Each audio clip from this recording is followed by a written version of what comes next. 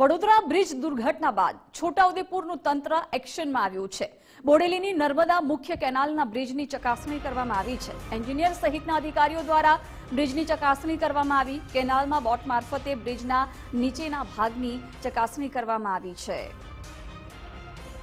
Padra bridge દુર્ઘટના બાદ હવે અલગ અલગ બ્રિજની પણ તપાસ થઈ રહી છે, જેમાં છોટાઉદેપુરનું તંત્ર પણ હવે એક્શનમાં આવ્યું છે અને બોડેલીની નર્મદા મુખ્ય કેનાલના બ્રિજની પણ તપાસ કરવામાં આવી છે।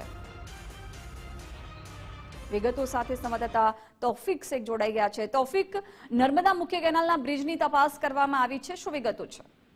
જી જિજ્ઞાસા, હું ચોક્કસથી જણાવી દેવા માંગુ છું કે જે ગંભીર દુર્ઘટના બની છે ત્યારબાદ છોટાઉદેપુર જિલ્લામાં પણ બોડેલી નર્મદા મુખ્ય કેનાલના બ્રિજની ચકાસણી કરવામાં આવી છે।